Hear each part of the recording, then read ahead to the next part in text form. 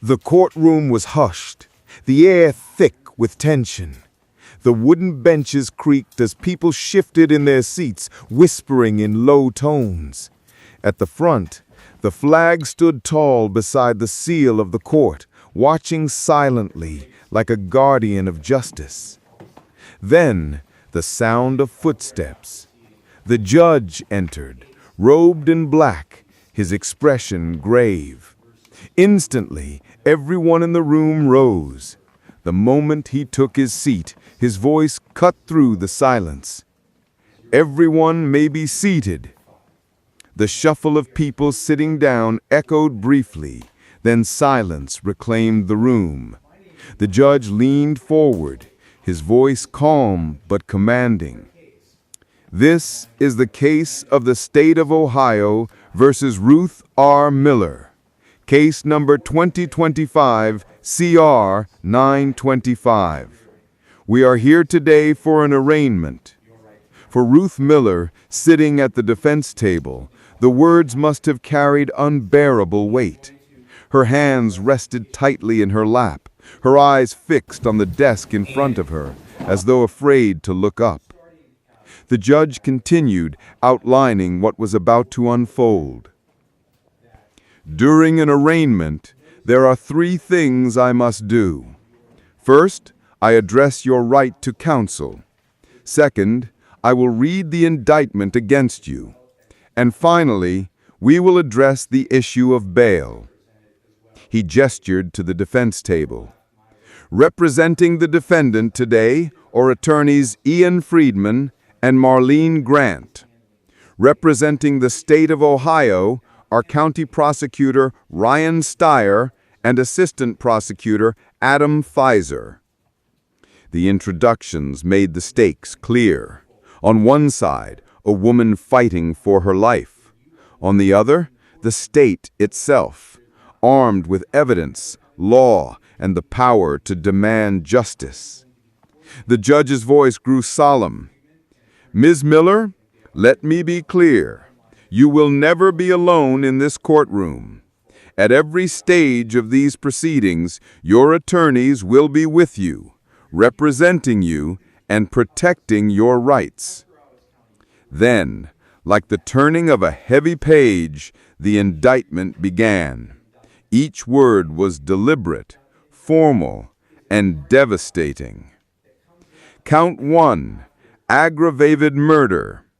The grand jury found probable cause that on or about August 23, 2025, Ruth Miller purposefully caused the death of a child under the age of 13. The child, born October 12, 2020, was only 4 years old. A murmur swept through the gallery. The judge did not pause. Count 2, murder. That Miller unlawfully caused the death of this same child while committing a violent felony. Count 3, felonious assault. That she knowingly inflicted serious physical harm. Count 4, endangering children. That she violated her duty of care, creating a substantial risk to the child's health and safety. Counts 5, 6, and 7, domestic violence.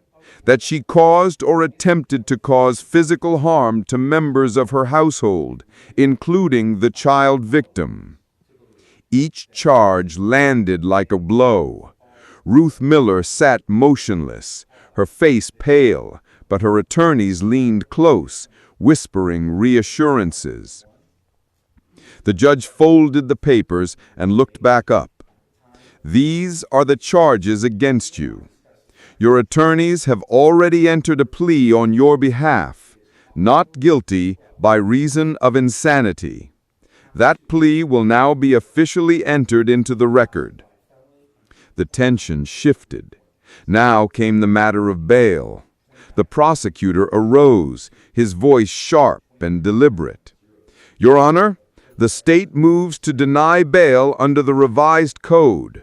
Furthermore, we request a no-contact order with the surviving victims to remain in effect until further proceedings." The defense responded quickly. Your Honor, we acknowledge receipt of the state's motion. However, we respectfully request additional time to prepare for the evidentiary hearing on this matter. The judge listened, weighing the balance of freedom and safety. His decision came swiftly. Ms. Miller, based on the severity of the charges and the state's motion, I am ordering that you be held without bail at the Tuscarawas County Jail. You will remain there until the evidentiary hearing, at which time all arguments will be considered. Gasps rippled through the courtroom. A mother accused of killing her child? A woman pleading insanity? And now, no chance of release? At least, not yet. The judge's gavel struck. This arraignment is concluded. The room buzzed with quiet conversation as the deputies approached Ruth Miller. They placed their hands gently but firmly on her shoulders, guiding her up from her seat. She walked silently, her eyes fixed on the floor, as though refusing to meet the stares that followed her out of the courtroom. The case was far from over. The real battle, the trial, the evidence, the truth still lay ahead. But on that day, in that courtroom, the first chapter had been written. Duty of care, protection, or support. Count 5, domestic violence, a misdemeanor of the first degree under 2919.25 A, D, 2 of the revised code. It says here that on or about August the 23rd of 2025, that you unlawfully did knowingly cause or attempt to cause physical harm to child victim 2, a family or household member. Count 6, domestic violence, a misdemeanor of the first degree under 2919.25 A, D, 2. Again, the grand jury concluded that you, the defendant, on or about August the 23rd of 2025, unlawfully did knowingly cause or attempt to cause physical harm to victim 3, a family or household member. Count 7, domestic violence, a misdemeanor of the first degree under 2919.25 A, D, 2. Again, the relevant date, August the 23rd of 2025. The grand jury concluded that there was probable cause to believe that you unlawfully did knowingly cause or attempt to cause physical harm to child victim 4, a family or household member. Those are all of the counts of the indictment, Ms. Miller. I have the original indictment in front of me. A copy of this indictment should have been provided to you at least 24 hours in advance of this hearing. Did you in fact receive a copy of this indictment 24 hours in advance of this hearing? Okay. Ms. Miller, from this point on, I'm going to be directing my attention to your attorneys. I believe Attorney Friedman? Yes, Your Honor. Thank you. My question to you then is, does there need to be any further reading of the indictment, penalty sections that apply, the statutes under which your client has been charged, the various constitutional and statutory privileges that apply, as well as possible pleas? There does not need to be a reading. Thank you. And those will be indicated as waived. I'm also aware, Ms. Miller, that your attorneys earlier had filed on your behalf, as required by law, if someone intends to do this, a notice of the defendant's plea of not guilty by reason of insanity. I'm going to turn to Attorney Friedman just to confirm that's in fact the plea that should be entered in this case. That is in fact the plea that we are entering by right at this time. Okay. And that's what will be done. I will enter a plea then on your behalf of not guilty by reason of insanity. And the next issue that we would typically be addressing at this time is the issue of bail. I always hear from the state first. I will certainly allow your attorneys to be heard on that issue. I always start with the state, and after I hear from the state, I'll hear from your counsel. Brian. Thank you, Your Honor. This morning we did file a motion to deny bail under Revised Code 2937-222, and we would ask that that be set for an evidentiary hearing. Further, in that filing, we moved for a no contact order with regard to the surviving victims here. that was imposed at the municipal court. We would ask that that be imposed until further considered at the evidentiary hearing. Attorney Friedman, do you wish to be heard? I do. Thank you, Your Honor. Your Honor, I am in receipt of the motion to deny bail and motion for no contact order. I would also concur that a evidentiary hearing need to be heard. I would ask by defense motion that that hearing be continued so that we have adequate time to prepare for it. Thank you. Thank you. Ms. Miller, by law, that based upon the request that has been made by the state, I'm going to hold you in the Tuscarawas County Jail without bail. I typically would have to have a hearing within 3 days, but your attorneys made it clear to me beforehand that they intend to challenge that motion, but they need some time to prepare for it. I intend to give them that time to do that, so I'm not going to set it within those 3 days based upon your attorney's request, but at the conclusion of this hearing, coordinate with your attorneys with the state of Ohio to make sure that they have the adequate amount of time that they need to secure witnesses to be here at that hearing. So we're going to take care of that, but we're going to make sure that we set it as soon as possibly can. So I am going to have you remanded back to the jail where you will be held. I'm going to have the hearing, and then I'll make a decision as to whether or not I agree with the state or I agree with your counsel and set what I believe to be, reject what I believe is the appropriate decision. The state of Ohio's request is, I believe, certainly a reasonable one to not have contact with those surviving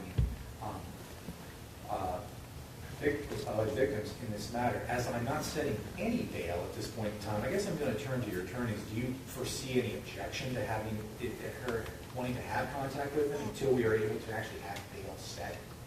No, I think that that should be made part of the evidentiary hearing as well. So I think that issue should be held in abeyance until we have that hearing. Ryan, your thoughts on the matter? As I'm not setting any bail at this point, other than no bail. I think it would be prudent at this point, and I would urge the court to implement immediately a no contact order with regard to the children. She does have phone privileges at the jail, and so there is some potential for contact, and I think that needs to be prohibited. Let me just ask you, Ryan, is there some other avenue other than usually as a term of a bail, I would say you can't have contact with the victim because I'm not setting any bail. Is there some other avenue from which this could be addressed? Your Honor, I think anytime you are putting on an entry as it relates to bail, I think anytime you do that, you have the inherent authority to set restrictions. If the court were to impose immediately a no contact order, either directly or indirectly with her children, and if we were later to learn that there was an infraction in that regard, we could bring that to the attention of the court, and the jail could take corrective measures. Okay. Let's do this. Ms. Miller, I think you probably can gather that this is not something the state wants you to do, is to have contact with any alleged victim. I'm going to take matters under advisement. I want to double check a couple of things on that point. But as of right now, you're going to be remanded back to the jail where you will be held until we have the essentially what we call a no bail hearing. And from there, I'll be able to set forth specific orders as to what the bail is or isn't going to be in this case. Anything further from the state? No, Your Honor, thank you. From the defense counsel? No, Your Honor. Thank you. All right. Thank you, everyone. And from there, I will issue in writing what is taking place here today. It's going to be shared with your attorneys, Ms. Miller, and then share it with you. Good.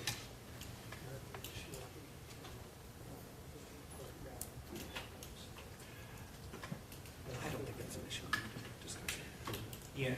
Let's talk. You talk about. I think I know what you're asking, and we can address it after. If there's nothing further, then the arraignment is concluded, and I have to bring it back.